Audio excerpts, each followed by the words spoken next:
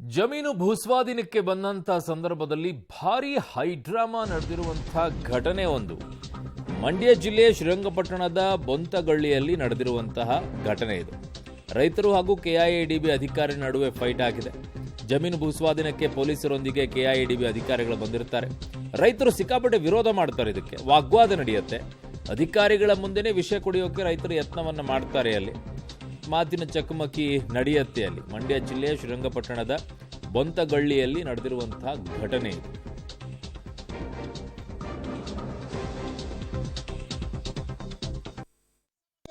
ಇವರು ಹೇಳ್ತಾರಲ್ವ ಸರ್, ಕುಡಿಯೋಣ ಸರ್, ವಿಷಯನೇ ಕುಡಿಲಿ ಸರ್, ರೈತರು ಸಾಯ್ಲಿ.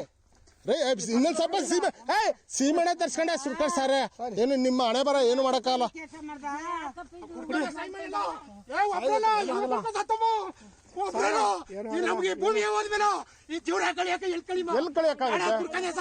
ಒಂದ್ ಪರಿಹಾರ ಇಲ್ಲ, ಏನಿಲ್ಲ, ಏಕಾಕಿ ದಬ್ಬಾಳಿಕೆ ಮಾಡಿದ್ರೆ ವಿಷ ಕುಡ್ದಾಯ್ತು. ಬಾ ಈಗ ಇನ್ನು ಸ್ವಲ್ಪ ಸೀಮೆಣ್ಣೆ ಸುರ್ಕತ್ತಾರ, ಬಾ ನಿನ್ಗೆ ಮಾಡ್ತಾರೆ. ನಿನ್ಗೆ ನೀನು ಫೈಲ್ ಇಟ್ಕೊಂಡು ಬಂದು ದಬ್ಬಾಳಿಕೆ ಮಾಡ್ಯಾ?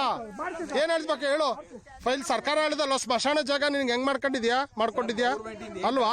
ಬಾ ಆಯ್ತು, ಬಾ ಎಲ್ಲ ಜೈಲ್ಗೆ ಹೋಯ್ತೀರಿ. ಬಾ ಆಯ್ತು, ಜೈಲ್ಗೆ ಹೋಯ್ತೀರ. ಬಾ ವಿಷ ಕುಡ್ಕೊಂಡು ಕೆಲಸ ನಿಲ್ಸಿ. ಒಂದ್ ವಾರ ಕಾಲಾವಕಾಶ ಕೊಡಿ.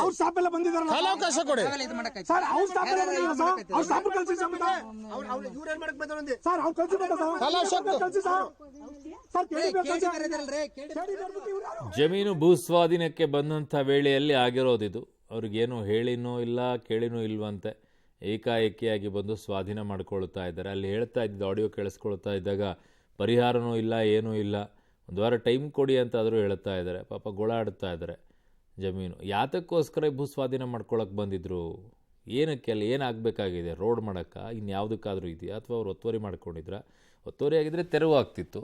ಆದರೆ ಅಲ್ಲಿ ಭೂಸ್ವಾಧೀನ ಮಾಡ್ಕೊಳಕ್ಕೆ ಬಂದಿದ್ದಾರೆ. ಅದಕ್ಕೆ ಪರಿಹಾರ ಅಂತ ಇರುತ್ತೆ. ಆ ಪರಿಹಾರವನ್ನು ಕೊಟ್ಟಿಲ್ವಾ ನೋಡ್ಬೇಕು. ಈಗ ರೈತರು ಹಾಗೂ ಕೆಐಎಡಿಬಿ ಅಧಿಕಾರಿಗಳ ನಡುವೆ ಭಾರೀ ಅಲ್ಲಿ ವಾಗ್ವಾದ ನಡೆದಿರೋದನ್ನು ನೋಡ್ತಾ ಇದ್ದೀರಾ. ಪೊಲೀಸರ ಸಮೇತವಾಗಿ ಬಂದಿದ್ದರು ಕೆಐಎಡಿಬಿ ಅಧಿಕಾರಿಗಳು. ಅಲ್ಲಿ ಪಾಪ ರೈತರು ವಿಷ ಕುಡಿಯೋಕ್ಕೇ ಯತ್ನ ಮಾಡಿದರೆ, ದಯವಿಟ್ಟು ಇಂಥವಕ್ಕೆಲ್ಲ ಕೈ ಹಾಕಬೇಡ್ರಿ. ನಿಮ್ಮ ಆರೋಗ್ಯ ಯಾಕೆ ಹಾಳು ಮಾಡ್ಕೊಳ್ತೀರ? ಅದನ್ನು ಕುಡಿದ ಮೇಲೆ ಏನು ನಿಮ್ಮ ಒಳಗಡೆ ಚೆನ್ನಾಗಿರುತ್ತೆ ಅಂದ್ಕೊಂಡಿದ್ದೀರಾ? ಸುಟ್ಟೋಗುತ್ತೆ ಅದು.